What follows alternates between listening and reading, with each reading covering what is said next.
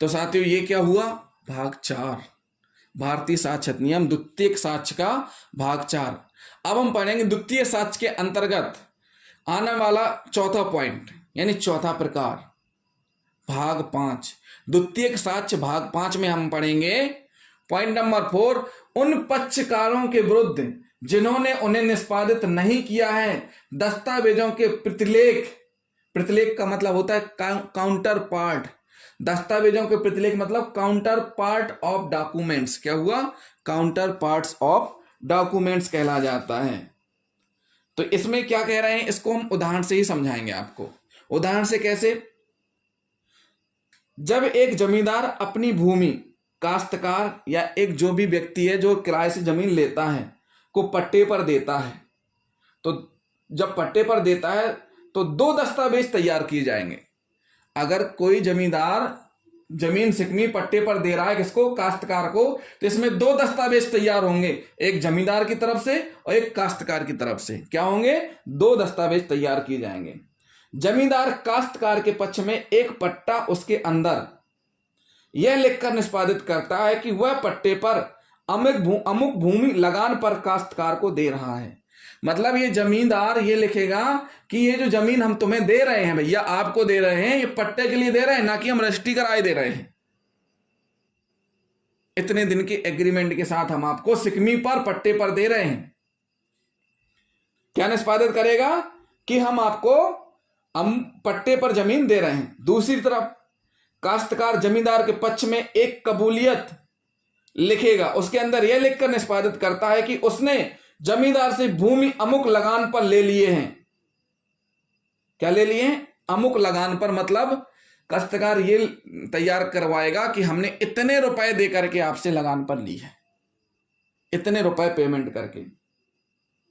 जमींदार द्वारा निष्पादित किया गया पट्टा काश्तकार को दे दिया जाएगा और काश्तकार द्वारा निष्पादित कबूलियत जमींदार को दी जाएगी। मतलब जो जमींदार ने ये लिखवाया कि हमने पट्टे पे दिए, ये काश्तकार को दे दिया जाएगा और काश्तकार ने जो जमींदार को लिखवाया है वो जमींदार को दे दिया जाएगा। क्या, कि हमने इतने रेंट पे जमीन ले ली है। इस दस्तावेज में पट्टा एक द्वितीय साक्ष्य होगा जब वह काश्तकार के विरुद्ध इस्तेमाल किया जाएगा।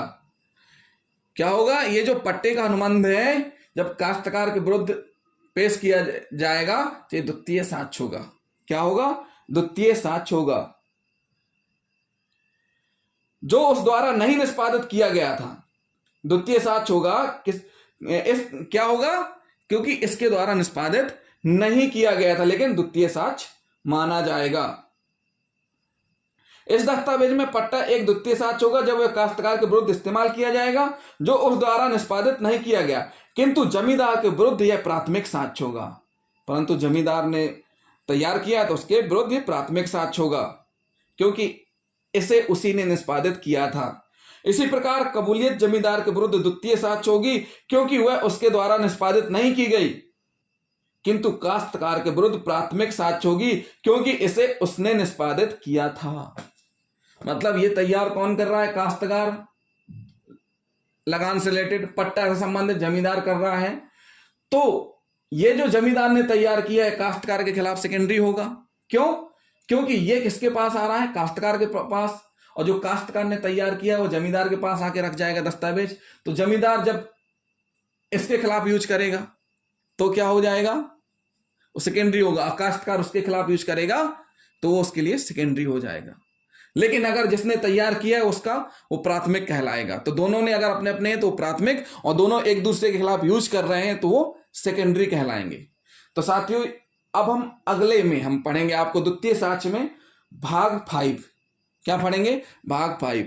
तो जिन साथियों ने अभी तक हमारा चैनल सब्सक्राइब नहीं किया है तो हमारे चैनल को जरूर सब्सक्राइब कर लें।